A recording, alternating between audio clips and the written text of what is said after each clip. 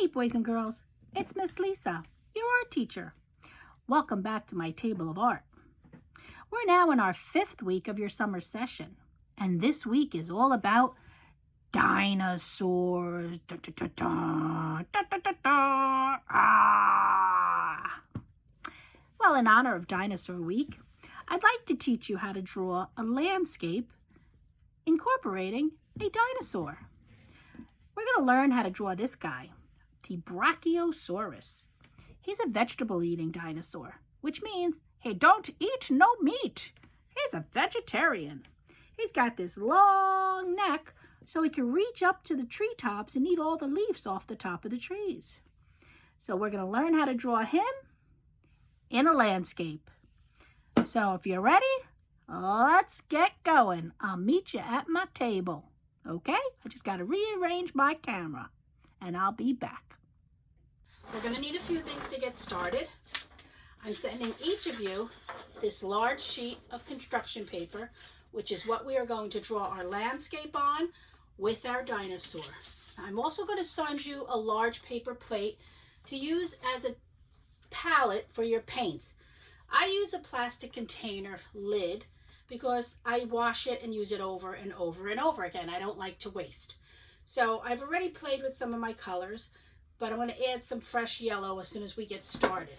Okay? Remember, I only want you to use your primary colors. I'm also going to send you a sample of the painting that we're going to make, which is a landscape with the foreground, a background, and a middle ground. And it also lists the items that you're going to need. Of course, you'll need a pencil to draw your picture. You'll need an eraser in case you make any mistakes that you may want to erase. I'm going to sharpen mine. It's not sharpening. Sorry for the noise. Okay. It's okay. You're going to need paintbrushes to paint your painting. I have a couple of different sizes. I have a wider bristle, and I have some smaller ones for details, and then an even smaller one. But you really don't need this many. I have them, so I use them. Tempera paint and a cup of water.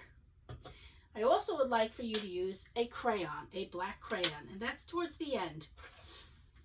Now, if you don't have tempera paint, you can use watercolor. If you don't have watercolor or tempera paint, you need to let your teacher know, and I will send it to you. But if you want to do this project now, instead of waiting for the paint to come home to you, you can use crayons or markers just to draw the picture and color it in. But today is all about learning about the landscape, the foreground, the background, and the middle ground, and practice our color theory, mixing our primary colors to create our secondary colors. So I'm just squeezing in some yellow paint.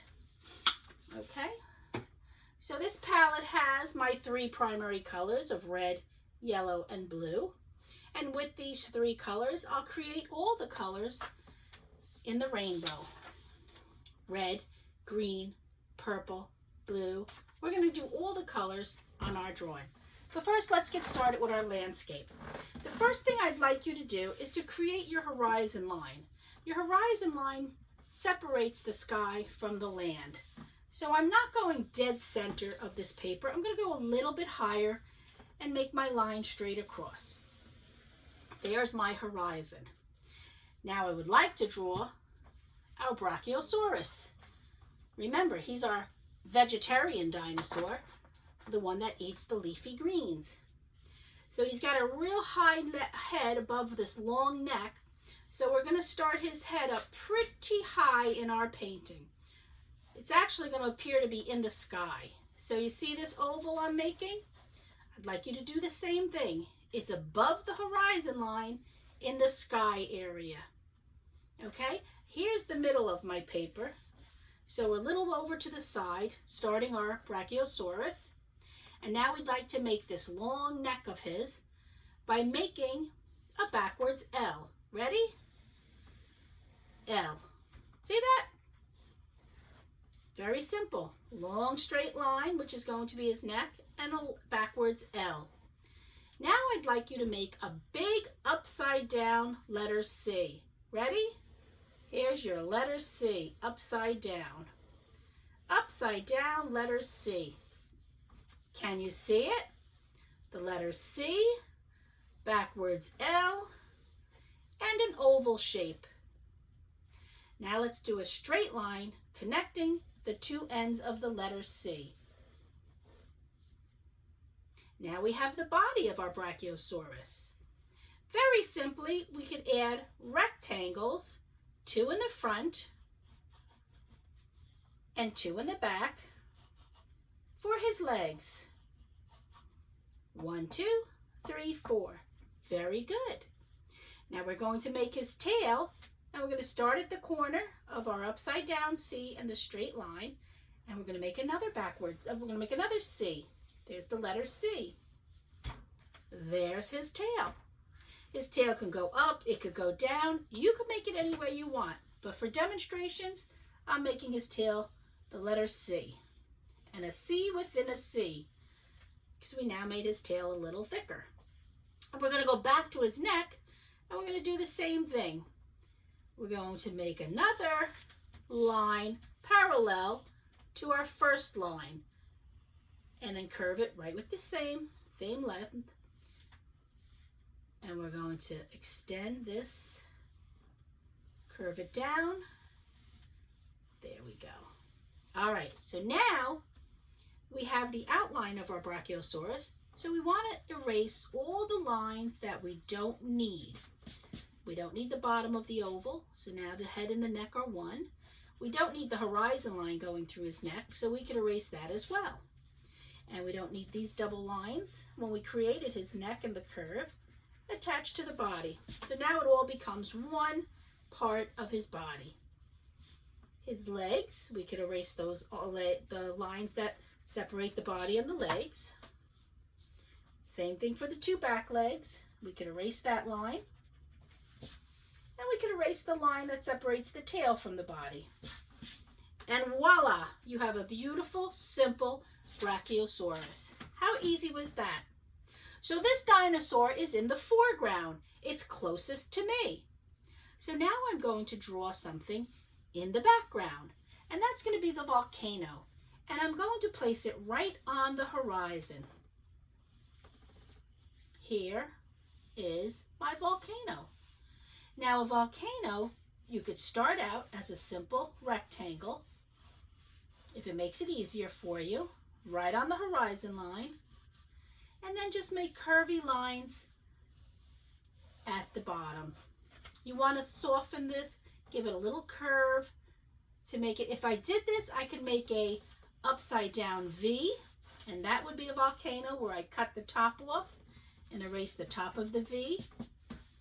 But I want to have the volcano a little curved on both sides. And now I'm going to erase all the interior lines that we don't need on my volcano. But the basic shape of this volcano was a rectangle. Okay, so here's my background and my foreground. So what could be the middle ground? Well, I could put a tree in the middle ground where it's behind the dinosaur, but in front of the volcano. That would be my middle ground. So I'm going to draw a tree, and we're just going to curve, make some curving lines to finish my tree. But this tree is behind the dinosaur, so I need to erase the part that went through his face, because that tree is behind the dinosaur, but in front of the volcano. Let's erase the horizon line. And what I mean by in front of the volcano is, this is the bottom of my tree. If I went straight across and put this tree here, it would be in front of the volcano. The volcano is further back in my picture or my landscape. So here we have the foreground, dinosaur closest to me, background, volcano furthest away, midground, middle tree right in the middle of my landscape. So now what I would like for all of you to do is paint your picture. And I want you to practice mixing your colors. Dinosaurs can be any color you want because, as far as I know, paleontologists have no idea what color the dinosaurs really were.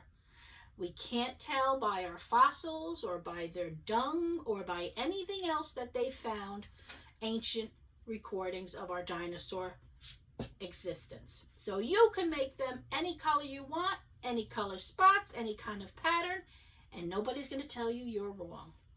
So how about we get started and let's paint our landscape of our dinosaur, foreground, middle ground, and background.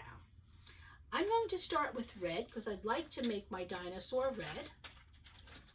So I'm going to grab a paintbrush, and I have a fresh cup of water, so I'll wet my paintbrush to wake it up and put it into my red paint. Now again, you can make this any color you want, but I want a red dinosaur. I just like red, and I like red dinosaurs. The water helps the paint spread a little bit easier, but you don't want it to be too wet because then it makes the paint too thin. But when it comes to the edges, I like to use the water because I can get a nice sharp edge when I'm painting the borders of items such as the dinosaur's back. Look how nice I'm making the border, or the edge with the water. It glides a little bit easier.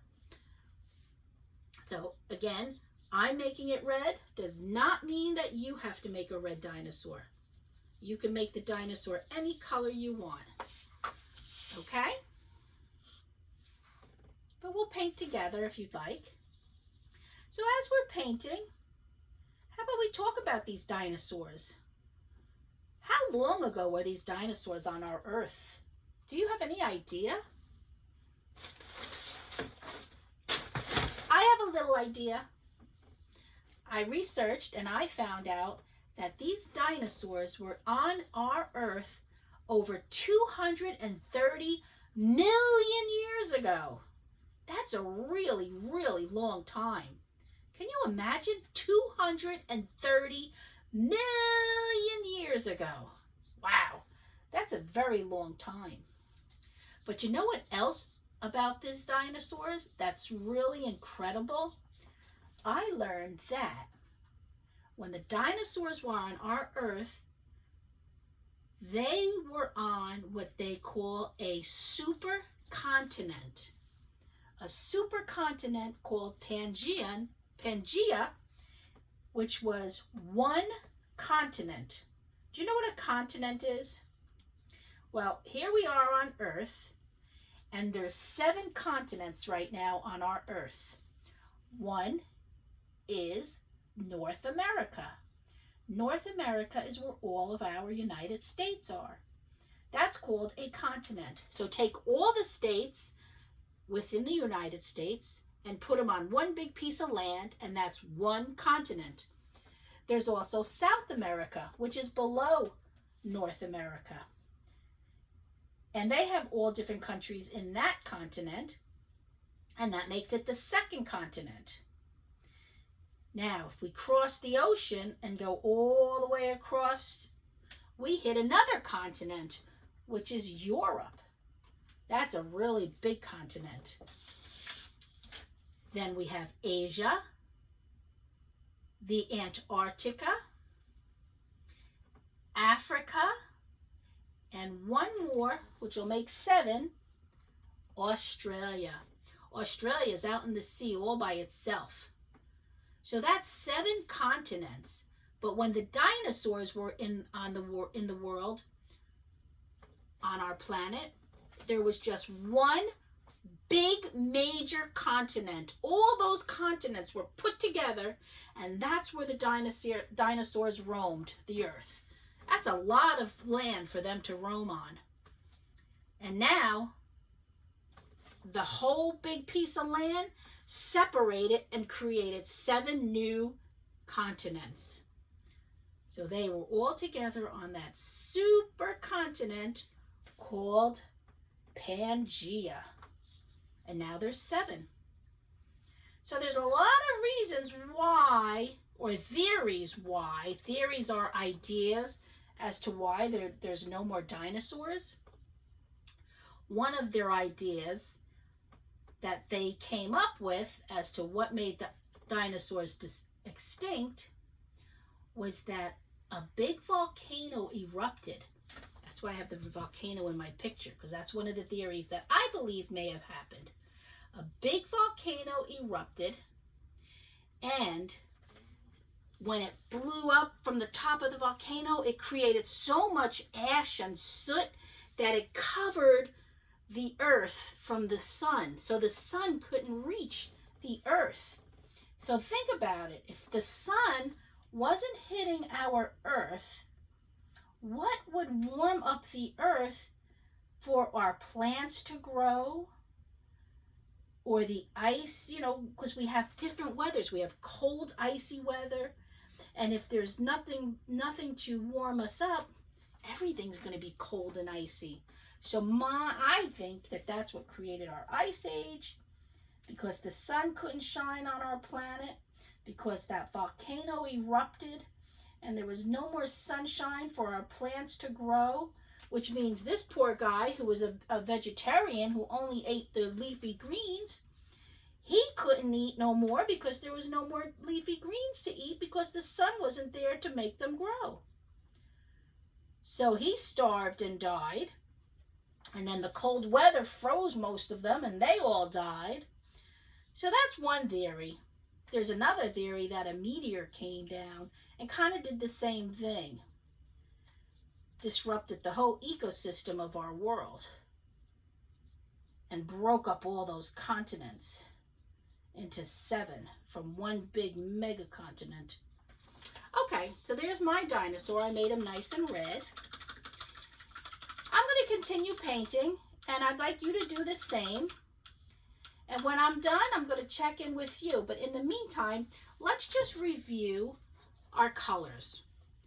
Red, yellow, and blue are my primary colors. I'd like to put some orange in my picture. So what do you think I need to do? I'm going to take a little bit of this yellow and bring it over to the side. Right between the red and the yellow, I'm making a new pile of yellow. Now I want to make orange. I need to mix red and yellow to create orange. But red is a very, very strong color. So I want you to just grab a little dot of red and mix it in to your yellow. Okay, that was such a small amount, barely did anything. So I'm going to go back for another dot of red and mix it in with my yellow. And I'd like you to do this the same way, a little at a time, because if you mix too much red, then you're stuck with just a big another blob of red. But if you go very slow, you will get the orange that you need without putting too much of that strong red into the yellow. So let's think about this again. Red and yellow together will create the color orange, but you have to go slow when adding the red to the yellow because the red is such a strong color. How's that? Is that a good orange for you? Me too. I like that orange. That looks pretty good to me. All right, so now I have one of my secondary colors, which is orange. Do you remember the other two secondary colors? If you said green, you're absolutely right. So let's make our green. Again, I need to pull some of this yellow out. So let's put the yellow between the yellow and the blue. Yes, I just gave you a hint what color to mix to make green. If I'm putting it between the yellow and the blue, what color do you think I need to add to the yellow to make green? If you said blue, you're right. And again, blue is also a strong color. So let's just take a drop at a time and mix it into our yellow. Look at that beautiful green that we automatically made. Look how fast that happened. It's like magic, isn't it? So here we have a beautiful, beautiful green. Let's put it in the tree to see if that's the kind of green I want. Yeah, that looks pretty good. But if you want a little bit darker green, what do you think we need to do? Just another dot of blue, and let's mix it in. Yep, that made it a little bit darker, but not too much. So here's some more. A little bit darker, but not too dark.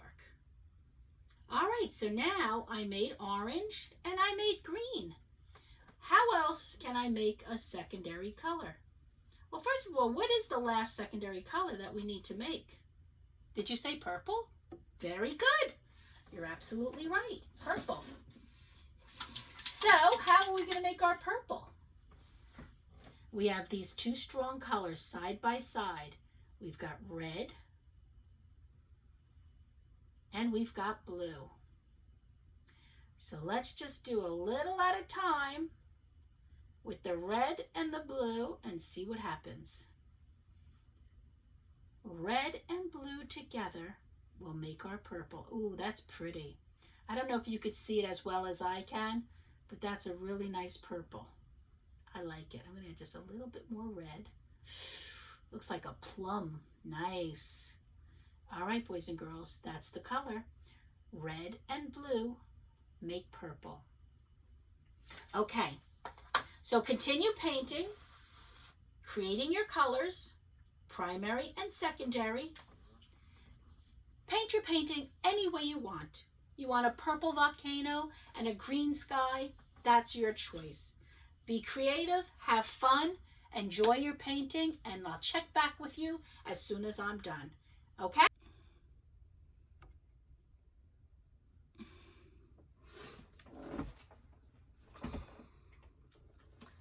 Okay, boys and girls, I finished painting mine. I've got a lot of green in my painting, but I still like it. Now, I'd like you to grab, once your painting is dry, a black crayon. We want to add some details. Like, for instance, I'm going to put an eyeball on my dinosaur and a little bit of a mouth. Make sure your painting is dry or else it won't go on the paint. The crayon won't be able to draw on the paint. So I just want that, and then I'm going to put in the background some birds. Just a couple little V's flying in the background. You might not be able to see them because the sky is a little on the dark side. I think I've covered all my secondary colors here. We've got the yellow, red, and blue, which are our primary colors.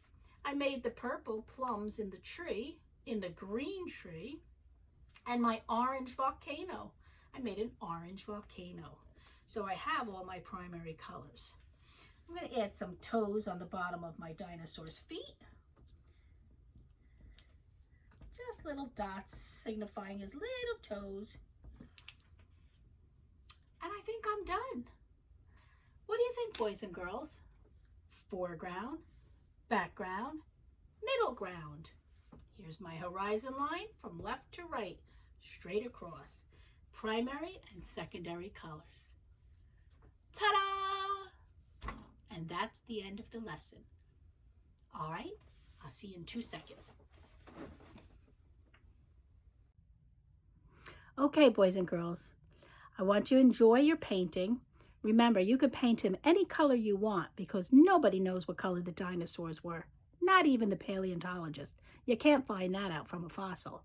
So enjoy your colors, practice mixing, creating, enjoying. Just have fun. Enjoy your week with dinosaurs because I love dinosaurs and I hope that you did too. Oh my God, what's coming? Oh, what's happening? It's a dinosaur! See you next week, kids. Have fun. Bye.